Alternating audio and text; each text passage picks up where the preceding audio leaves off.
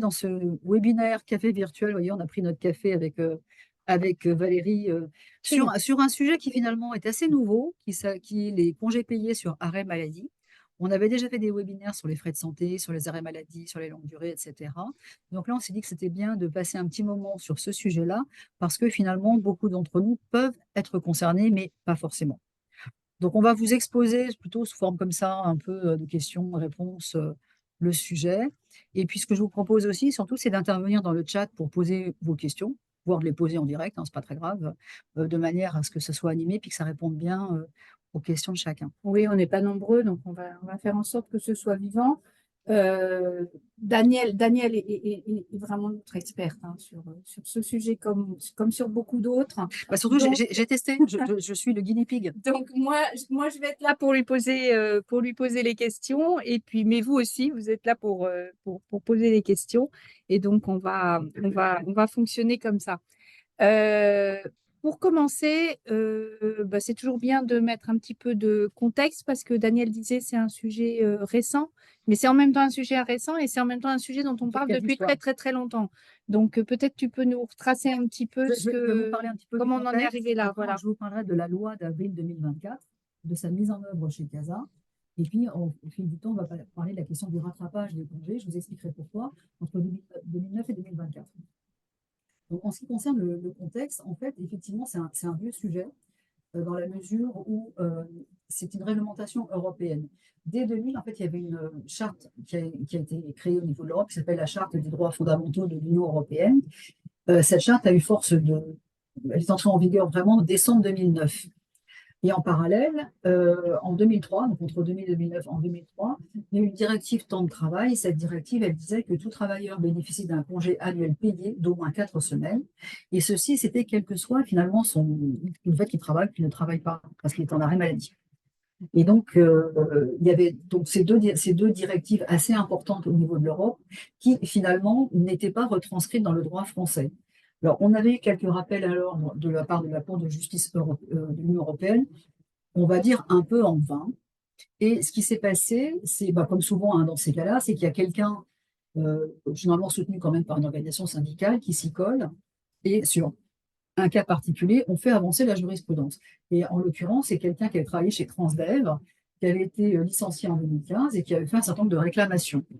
Et de fil en aiguille, bah, ces réclamations, elles ont été rejetées, ils sont partis en appel, ils sont partis en cassation. Et il y a eu un premier arrêt de la Cour de cassation en septembre 2023 bah, qui disait que le droit français devait se mettre en conformité avec le droit européen en matière de congés payés. Ça a donc été une énorme jurisprudence et la Cour de cassation, peut-être un peu prudente, a saisi le Conseil constitutionnel fin 2023 via une QPC, une question prioritaire de constitution. Ce qui a généré une décision du Conseil constitutionnel en février 2024 et qui a conduit les pouvoirs publics à vouloir légiférer sur le sujet. Donc là, vous voyez, il s'était passé quand même déjà un certain temps. Donc là, ça s'accélère. Et il y a également eu une décision du Conseil d'État sur une non-rétroactivité de la loi dont nous allons parler. La loi n'est jamais rétroactive, il faut bien le dire. Mais dans la mesure où il y avait un droit européen qui existait, qui était contraignant depuis 2009, bah, ça pouvait faire un certain nombre de choses. Voilà, donc si on résume, tout ça a démarré au début des années 2000 au niveau européen. Ouais. La France n'était pas en conformité avec ce cadre qui existait au niveau européen. Il s'est passé plein de choses, Transdev, cours de casse, machin, etc. Et du coup, là maintenant, on arrive à avril 2024 où la France a sorti la loi qui va permettre de mettre en application ces principes européens. Donc du coup, Daniel, maintenant, tu nous expliques ce qu'il y a dans la loi. Alors, la loi, c'est une loi du 22 avril 2024 qui est entrée en vigueur au 24 avril 2024 et qui dit quoi? Bah, qui déjà distingue deux catégories d'arrêts maladie. Il y a les arrêts maladie d'origine professionnelle ou d'origine non professionnelle. Heureusement pour nous, la plupart du temps, on a ici des maladies non professionnelles. On a, dans mes connaissances, on a suivi une collègue en accident du travail pour une chute. Donc, je verrai son cas particulier avec elle, parce que c'est pas la peine de détailler des cas qui finalement ne rencontrent pas beaucoup. Donc, pour nous, ça veut dire en fait qu'à partir du 24 avril 2024, tout arrêt maladie va générer des jours de congé pour préparer en fait le retour. Parce qu'en fait, le problème qu'il y avait derrière tout ça, c'est que quand on est en arrêt maladie, par exemple sur 6 mois, on ne génère pas de jours de congé. Donc on revient, on est claqué, on n'a même pas de jour de congé pour se reposer. Donc, c'était un peu la double peine. C'est On un est peu la d'accord. double peine, voilà. Oui. Donc je trouve que là, c'est quelque chose qui permet aussi de rectifier ça, et ça permet en tout cas pour vous de cumuler. Alors, on parle de jours ouvrables dans la loi, nous on va parler de jours ouvrés. Vous pouvez cumuler en fait 20 jours ouvrés sur l'année. En fait, c'est 2 jours ouvrables par mois, sachant que les jours ouvrables, il y en a 6 par semaine, du lundi au samedi. Et les jours ouvrés, il y en a 5, du lundi au vendredi. Donc, en fait, la loi octroie 2 jours ouvrables par Par mois. mois, ce qui fait 24 jours ouvrables sur l'année, ce qui fait 20 jours ouvrés. Voilà. Et effectivement, il y en a un petit peu plus quand c'est un accident du travail. Comment ça se passe en fait? Ce que dit la loi pour le salarié, c'est que ce ne sont pas des jours de congé ordinaires. Ces jours de congé, en fait, ils sont identifiés en tant que tels. Et quand on génère ces jours de congé, on reçoit de la part de l'employeur un courrier qui nous dit: «Voilà, vous avez à partir d'aujourd'hui», puisqu'en fait, c'est la date du courrier qui fait foi, enfin la date de l'écriture, hein, pas de réception.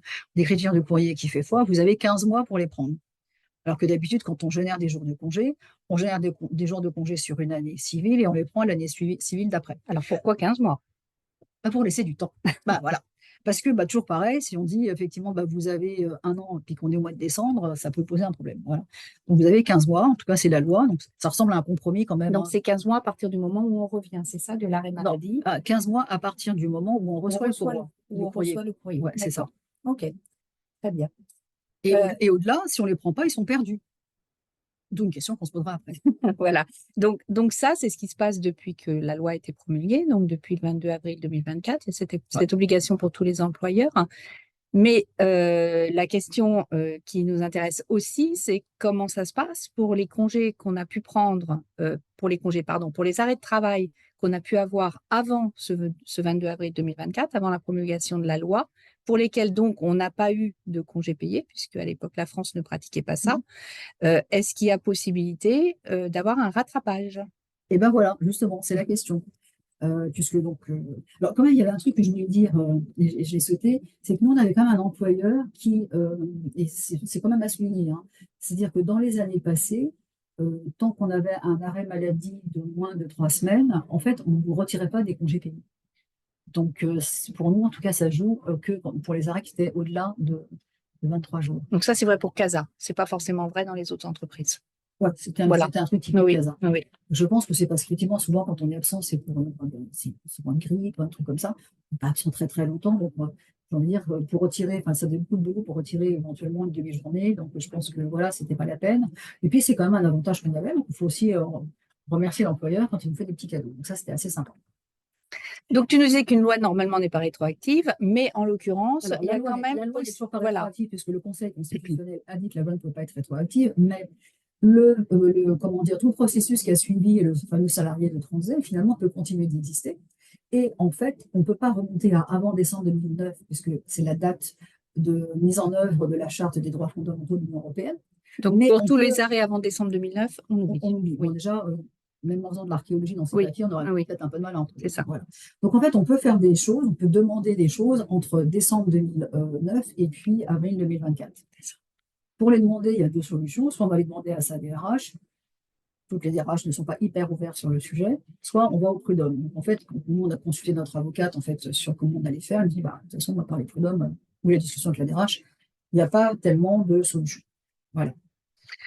On peut demander pendant combien de temps Alors, ça, parce c'est important. voilà. C'est une question importante. Alors, quand on est encore dans l'entreprise, on a 2 ans à partir de la date d'entrée en vigueur de la loi, donc avant avril 2026. C'est aussi pour ça qu'on fait le webinaire là, hein. C'est pour effectivement mettre tout en place pour qu'on soit tout bien dans les temps. Parce qu'avril 2026, oui, c'est Bah, c'est bientôt. après-demain. Donc, oui, c'est bientôt. Donc c'est pour ça qu'il faut Voilà. il faut vraiment S'ancrer maintenant. qu'on s'intéresse tous au sujet Et et si voilà. quelqu'un a quitté son entreprise, je prends par exemple un des collègues de CATE qui venaient de Calef, donc ils ne sont plus dans l'entreprise Calef, ils sont dans l'entreprise CASA, ils ne peuvent pas demander à CASA des jours de congé de quand ils étaient chez Calef. Là, la notion de groupe ne joue pas.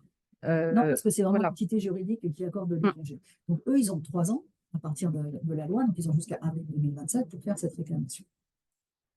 Moi, ce que je voulais voir un peu là aussi, c'est comment ça se passe chez nous. Alors Parce que- attends, avant, il me Ouais. semble que dans la loi, il y a une petite subtilité. C'est-à-dire que depuis que la loi a été promulguée, on a droit à ces congés à la fois pour les maladies professionnelles et pour les maladies non professionnelles. Ouais. En revanche, pour ce qui est des demandes sur les arrêts entre 2009 et 2024, ça ne concerne que les arrêts non professionnels. Oui, c'est ça. Voilà. La loi n'est pas rétroactive. C'est ça. J'avais dit au début, effectivement, je ne vais pas traiter les accidents de travail, parce qu'on en a très Oui. peu, donc je vais les traiter à part. Non, mais Et c'est donc, juste pour collègue qui nous pour le écoute, rappeler. bah, Oui, oui. tu as tout à fait raison. Oui. Il peut faire cette rétroactivité, on peut essayer d'avoir cette rétroactivité. C'est le Conseil constitutionnel, attends, je vérifie, c'est le Conseil constitutionnel qui a dit que ça ne peut pas être rétroactif. Voilà, c'est la décision du Conseil d'État, pardon, non, qui a bien précisé qu'il n'y avait aucun effet rétroactif possible avant 2009 et qu'effectivement, on ne pouvait pas demander entre 2009 et 2024 pour les accidents du travail. Pour les accidents de travail et les maladies professionnelles. Ouais, c'est ça. Ok, c'est ça. Donc, excuse-moi, je t'ai interrompu. Mais donc, du coup, on continue. Donc là, on a vu le contexte, on a vu la loi. Donc maintenant, on va regarder comment ça se passe chez CASA, puisque c'est ça qui nous intéresse. Les interlocuteurs sont là pour ça. Donc déjà, peut-être c'est intéressant, avant d'expliquer concrètement comment ça se passe aujourd'hui, peut-être tu as quelques données sur les arrêts de travail chez CASA, etc. Et du coup, c'est peut-être intéressant que tu nous en dises quelques mots. Tout à fait. Alors, on a regardé dans le bilan social, parce qu'en fait, il y a quand même énormément de choses dans le bilan social. Ça fait partie des analyses que l'on mène quand on examine. Et donc, j'ai repris depuis 2019, un peu avant le Covid quand même, parce que ça a perturbé plein de trucs. Et puis, surtout avant le télétravail. Parce que ça a changé des choses en matière d'arrêt maladie. C'est-à-dire qu'en fait, il y a des arrêts maladie de courte durée qui, avec le télétravail, il n'existe plus, tout simplement parce que les gens, quand ils sont malades, qu'ils ont une grippe, ils vont se mettre en télétravail plutôt que de s'arrêter. Avant, ils n'étaient pas capables de bien travailler, donc ils étaient obligés d'avoir un arrêt de travail. Pareil pour les enfants, quand on est en télétravail, c'est quand même plus facile de garder le gamin. Certes, c'est pas un travail aussi, comment dire, on a une attention à son enfant quand il est à côté, mais comme la plupart du temps il dort, ça se passe pas trop mal finalement. Donc en fait, on est parti sur un nombre de jours moyen par collègue en 2019 qui était de 7,5 jours d'arrêt maladie. Et aujourd'hui, on est plutôt à 6. Donc on a vraiment une baisse du nombre des jours d'arrêt maladie. Donc ça, c'est un point très positif que moi, je pense qu'il est quand même beaucoup attribuable au télétravail, pas que, mais quand même. Et ceci, bien que, alors j'ai fait par salarié parce que les effectifs ont quand même pas mal évolué. Il y a des gens qui sont sortis du périmètre, il y en a qui sont rentrés, etc. Donc c'est bien d'avoir ça. On a plutôt une tendance à la baisse du nombre de jours de travail. Et en termes de durée, alors voilà, donc dans le bilan social, on a juste inférieur à 3 jours, 3 à 90 jours et plus de 90 jours. Donc bon, c'est pas hyper précis. Alors j'ai regardé, parce qu'on a vu aussi à un moment donné un peu plus de détails sur une année. On va dire pour faire simple, 90% des salariés qui ont eu un arrêt maladie ont eu un arrêt maladie de moins de 30 jours. Donc comme on a dit que pendant les 23 à peu près premiers jours, l'employeur ne décomptait pas, on va dire que pour 90% des salariés, il n'y a pas un vrai sujet. La question Il peut y avoir un sujet, on va dire, à la marge. Après, pour 10% des salariés, ce qui quand même n'est pas rien, parce qu'on est 2000, donc ça fait 200 personnes, eh bien, il y a un sujet parce que ces collègues ont été absents plus de 30 jours, donc sont susceptibles d'avoir perdu des jours d'arrêt maladie. Maintenant, et également dans le passé. Ok. Donc, après ces petits éléments de contexte sur la situation chez CASA, est-ce que tu peux nous expliquer concrètement comment ça se passe depuis cette loi? Alors, déjà aujourd'hui, quand il y a des arrêts de travail, concrètement, comment ça se passe? L'employeur, la DRH, a mis tout ça dans l'outil Online. Donc, en fait, quelqu'un qui a été en arrêt maladie et à qui on a généré des jours de congé donc différenciés, il y a une ligne particulière dans Online. Donc, je suis désolée, je n'ai pas de copie d'écran pour le montrer, mais ce n'est pas exactement le même nom. Par contre, il n'y a pas marqué la date limite dans Online pour les prendre. Et en même temps qu'ils inscrivent ces jours-là, ils envoient donc la fameuse lettre au obligatoire collègue pour dire qu'il y a 15 mois. Alors, cette lettre, on va l'attendre dans le courrier. Elle arrive dans le coffre-fort. Donc, il faut ouvrir son coffre-fort. Voilà. Alors, évidemment, quand on a une petite ligne un peu différente, on a quand même tendance à poser une question, mais voilà. On a la lettre qui dit la deadline. Donc, c'est la lettre qui dit le nombre de jours et qui dit jusqu'à quand on peut les prendre. Et on a une ligne particulière. OK. Donc Donc, ça, c'est ce ça, c'est pour ce qui se passe aujourd'hui. Voilà. Les collègues sont dans l'entreprise et aujourd'hui, ça se passe très, très bien. Maintenant, on a toujours la question de quid des congés, des arrêts de travail qui ont eu lieu avant la promulgation de la loi. Oui, c'est ça. Donc, on s'est penché sur les sujets. Donc, déjà, on a dit qu'il n'y en a pas trop. Mais comme à la CVT, on s'efforce de tout tester, donc j'ai créé mon cas personnel, j'ai regardé, et en ce qui me concerne, j'ai eu 2 arrêts en 2011 et 2012 de 2 mois et demi. Et donc, en fait, sur ces 2 arrêts, moi, j'ai une dizaine de jours à récupérer. Comment j'ai vu?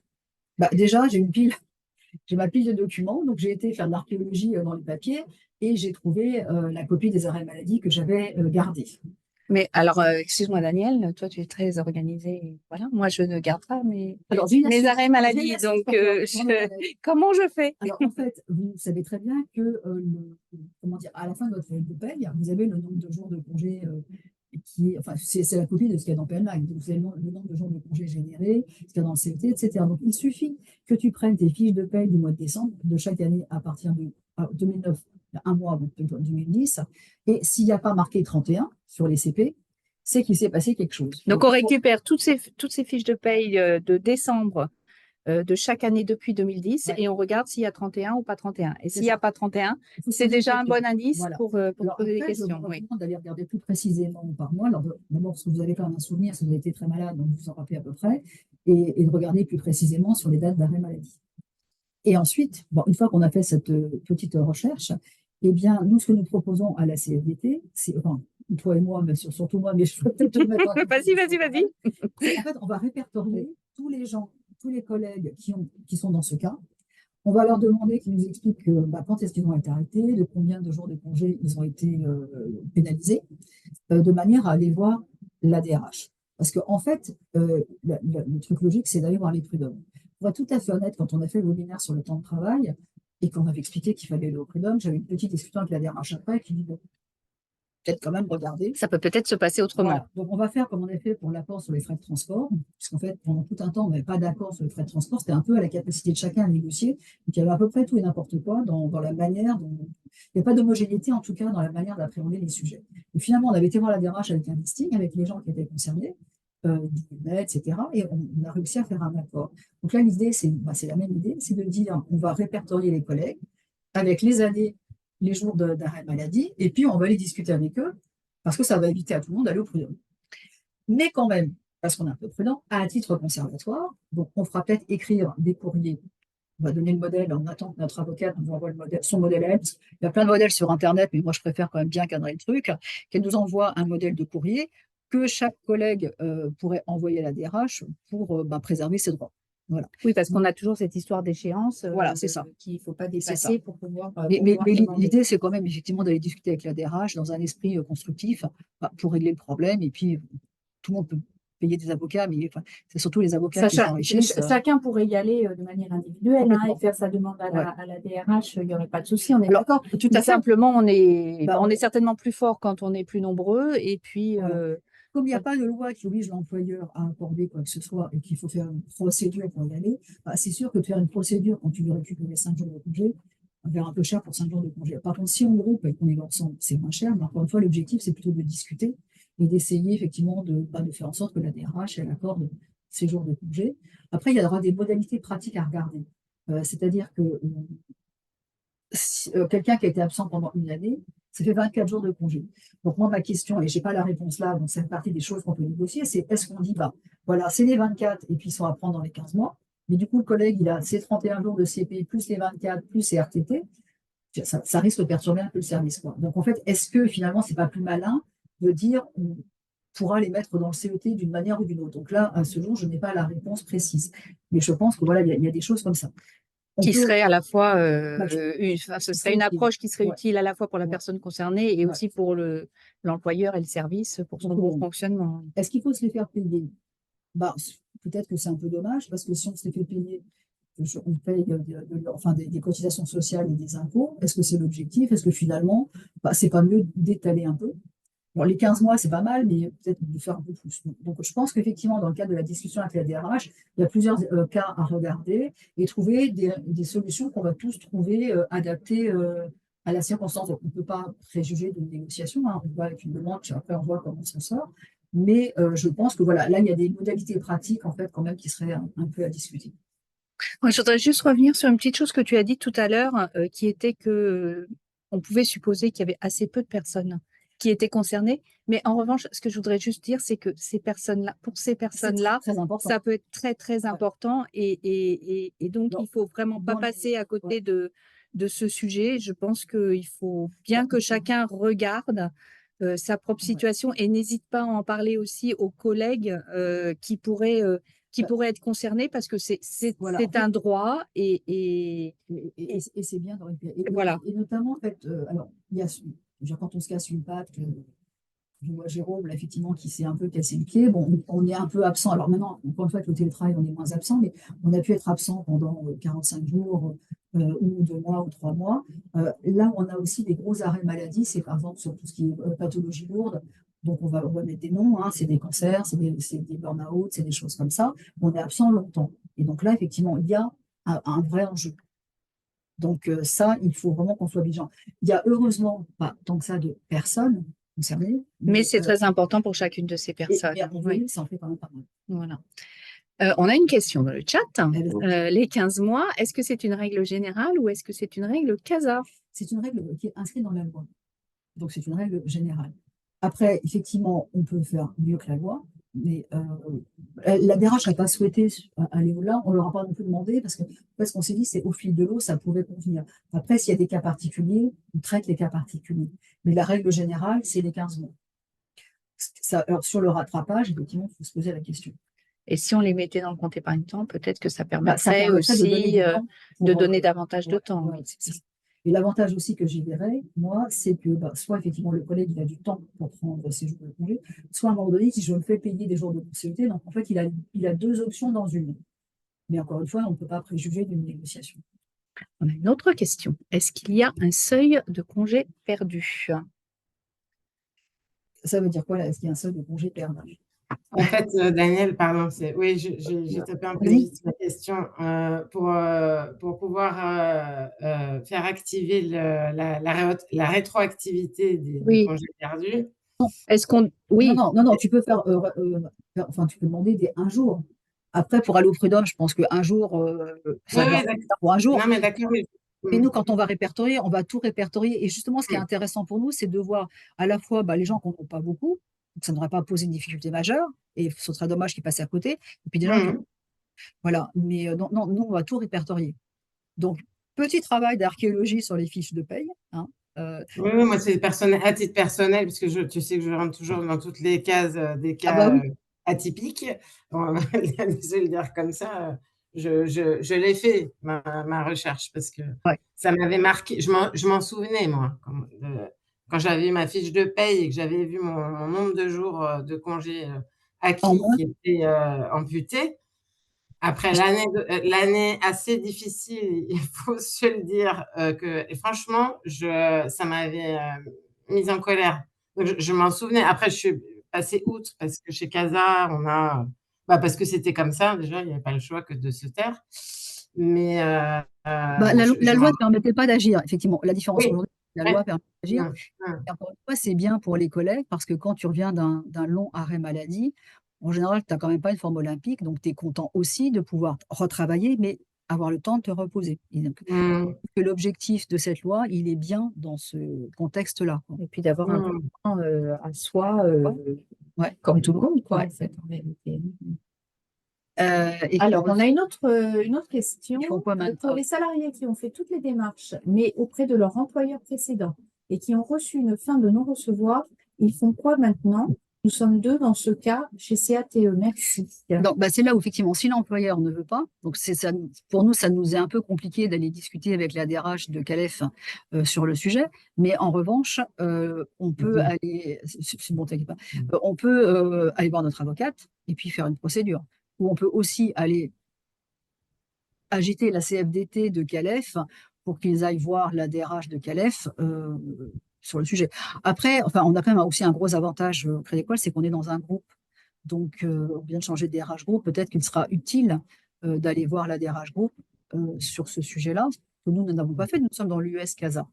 Mais on a un échantillon, j'ai envie de dire, de 2000 collègues.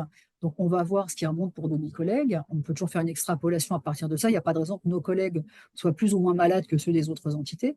Et en tout cas, il n'y a pas de raison de ne pas réclamer.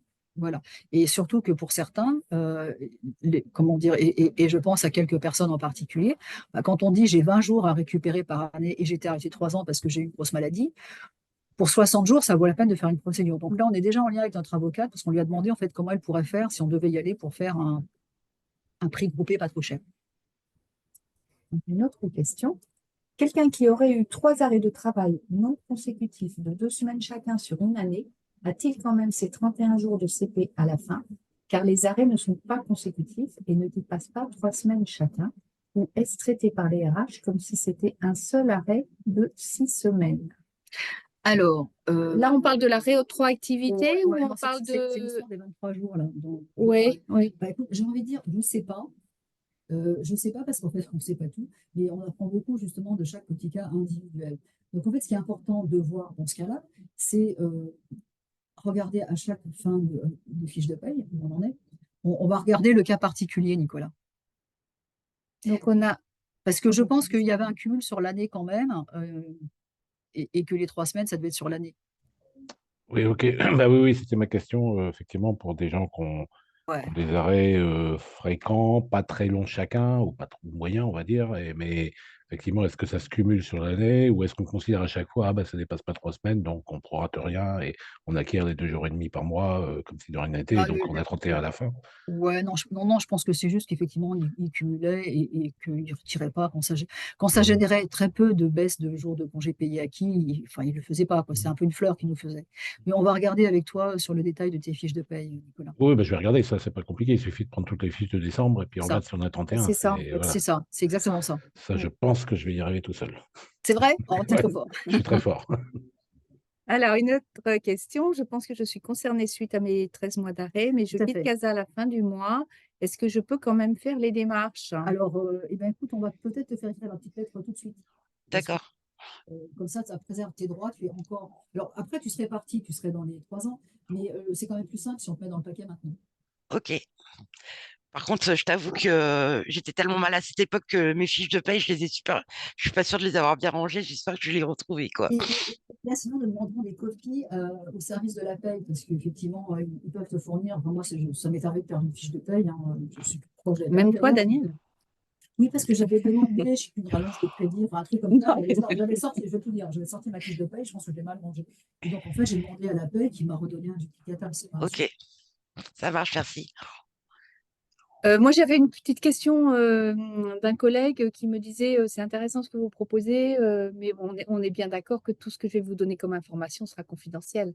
Bah, Donc, comme toujours, enfin. voilà. J'espère que tu lui as répondu. Voilà. Je lui ai Alors, répondu, c'est mais confidentiel, voilà. dans la limite de ce qu'on demande à la DRH, parce que s'il faut qu'on donne une liste de noms, on va quand même lui donner les noms. Sinon, on n'aura jamais le résultat. Mais évidemment, nous ne parlons jamais d'une personne à une autre personne, sauf si ces 2 personnes se sont adressées à nous en même temps, auquel cas, puisque là, on en a 2 autour de la table.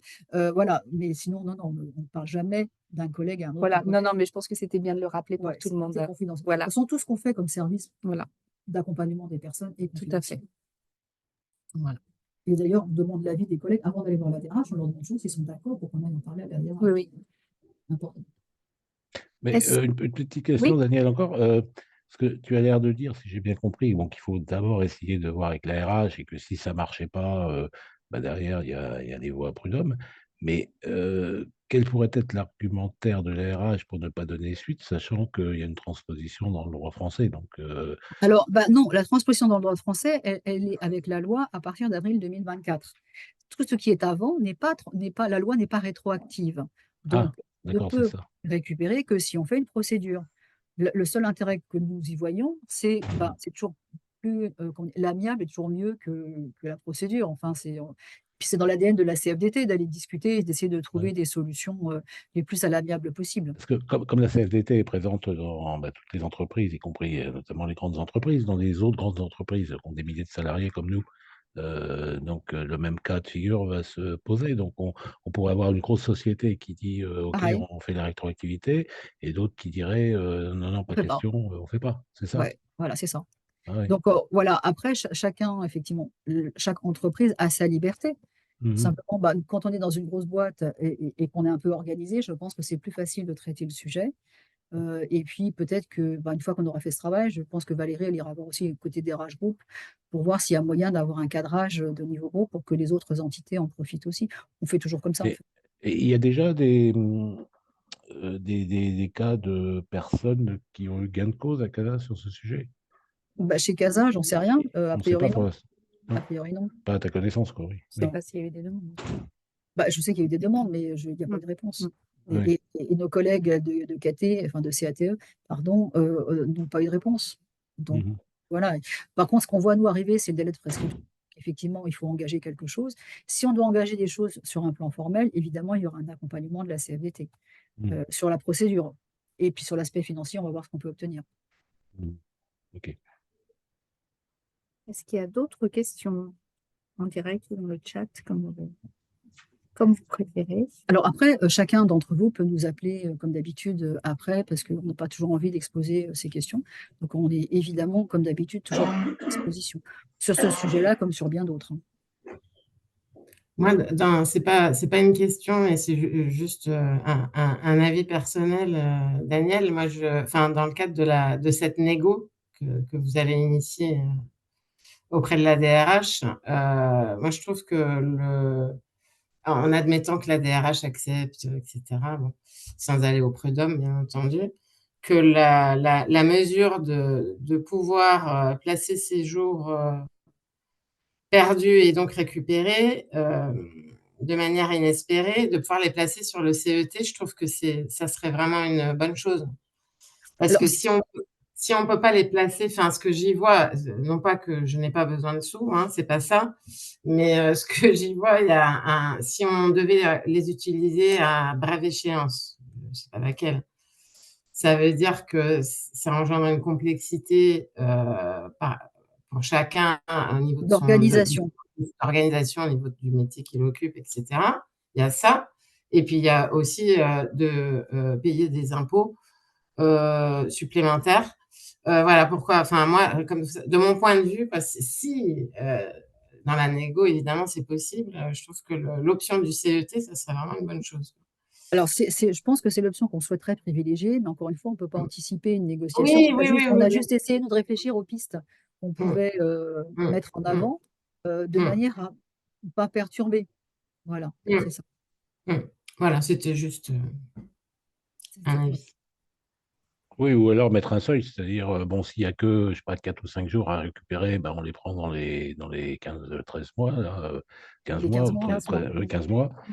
Après, si c'est au-delà d'un certain seuil, ça peut te placer en Ouais, en CET, fait, ça. Parce que le si on motif, c'est s'y est, c'est la voilà, désorganisation du oui. service, avec en plus le fait que quand tu as des congés, en fait, tu les prends si tu arrives à partir en vacances, mais si tu en as trop et tu n'arrives pas à payer assez Mhm. tes vacances, donc c'est pas non plus une option, Mhm. quoi. Enfin, on va voir un petit peu. Mais déjà, Mhm. pour moi, le premier travail que nous, on souhaitait faire, déjà, c'est de répertorier les cas Bien de sûr. collègues, combien on en a, parce qu'effectivement, il y a beaucoup de gens qui, depuis, ont peut-être quitté l'entreprise. Donc, parce que 2009, c'est quand même il y a 15 ans, quoi. Enfin, c'est pas rien. Donc, combien on en a et Et ce qu'on peut faire. vous allez faire comment pour répertorier ça? Le webinaire, il sert à ça. C'est-à-dire Ah qu'en oui. fait, il sert à commencer ce travail, parce qu'on sait très bien qu'à partir du moment où on le fait, il y a des replays, parce qu'on a des collègues qui nous ont déjà appelés en disant on ne peut pas être présent dans ce webinaire, donc est-ce qu'il y a un replay? Donc il y aura un replay. Et puis parlez-en autour de vous, de manière à effectivement ce que les gens puissent nous voir. On avait comme ça pour les frais de transport, ça a très bien marché. D'accord, donc c'est nous qui revenons vers vous Ouais, c'est en vous ça. Ouais, disant, je pense que je suis concerné ouais, parce que ouais, voilà, ouais, telle c'est année, ça. j'ai pas eu mes 31 jours et j'en ai eu que 25 ou oui, C'est ça. ouais, Ouais. d'accord.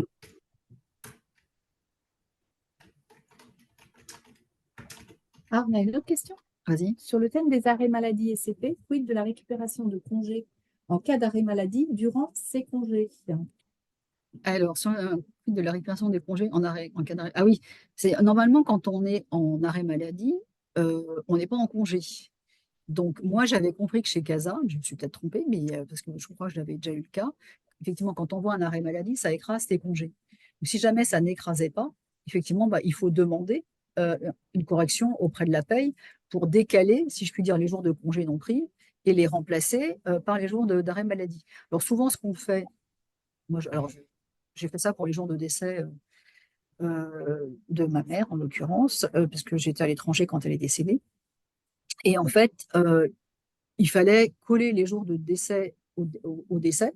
Et je pouvais pas, j'étais pas en train de le faire puisque j'étais à l'autre bout du monde. Donc en fait, ce qu'on a fait, c'est qu'on a annulé les jours de congé, passé les jours de décès et repassé le complément. Alors, évidemment, ça embête un peu tout le monde, hein, c'est pas hyper facile. C'est pour ça que je pensais vraiment que chez nous, c'était déjà fait, c'est-à-dire que les arrêts maladie écrasaient les congés. Donc regardez, et si c'est pas le cas, il faut juste faire un correctif auprès de la paye. Il faut annuler. Moi, je crois avoir connu le cas il y a longtemps, mais il faut annuler, surtout que l'outil.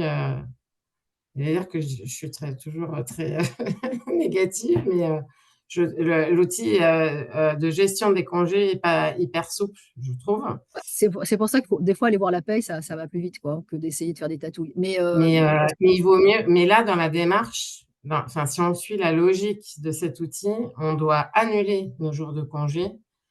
Sauf que les jours de congé auront déjà démarré, donc il faut la valider. Ça sous-entend la validation du manager. Ouais. Et ensuite, poser les jours de congé, pas de congé, pardon, d'arrêt maladie. Les jours de maladie tombent tout seuls dedans.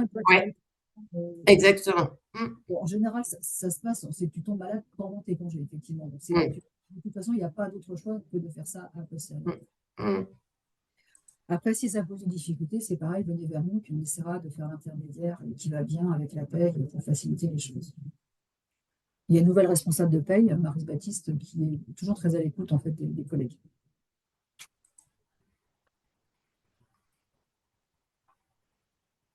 Est-ce que vous avez d'autres questions? Sinon, on va s'arrêter là. Hein.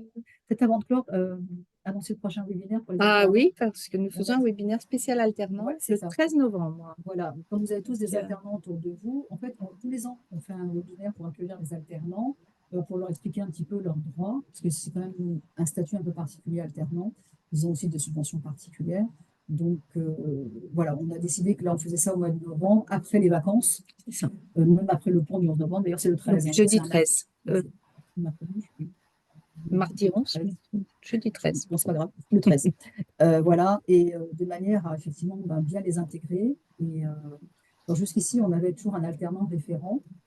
Bon, cette année, il nous a quittés, il a quitté l'entreprise, donc il faut qu'on en trouve un autre. Parce que c'est toujours plus facile pour les alternants d'aller vers quelqu'un qui est un petit peu comme nous et qui sert d'intermédiaire. Donc voilà, ça c'est pour la mi-novembre. Une dernière petite question, là, comme nous sommes un groupe extrêmement décentralisé, ce qui fait sa richesse, est-ce qu'on peut imaginer que, par exemple, les RH CASA prennent une position sur ce sujet, que les RH de CACIB ou d'Amundi ou des assurances en prennent une autre? C'est tout l'intérêt de dire, de faire le travail qu'on est en train de faire et de voir si effectivement, quand on remonte au niveau de la DRH Group accepte de faire un cadrage ou pas. Si la DRH Group, les entités, vous faites ce que vous voulez, voilà. Mais souvent, la DRH Group, elle fait un cadrage. Donc là, on a une nouvelle DRH Group, donc c'est un peu, je ne peux pas savoir dire. En tout cas, le sujet peut être abordé auprès de la DRH Group. Ça c'est certain. Chaque entité est responsable de ses... De ce qui se passe chez elle. Quoi la caisse de descendre à 105. Il y a quelqu'un qui n'a pas coupé son micro. Il y a quelqu'un qui parle. Christine, peux-tu couper? Voilà, merci Christine. Voilà. Ok, écoutez, on en a terminé? Oui. On va remercier tout le monde et puis on va partir faire chacun de l'archéologie. Vous allez faire de l'archéologie et voilà. Et à très bientôt et merci beaucoup. Merci beaucoup. Merci beaucoup. Merci beaucoup. Merci, au revoir. Au revoir. Au revoir.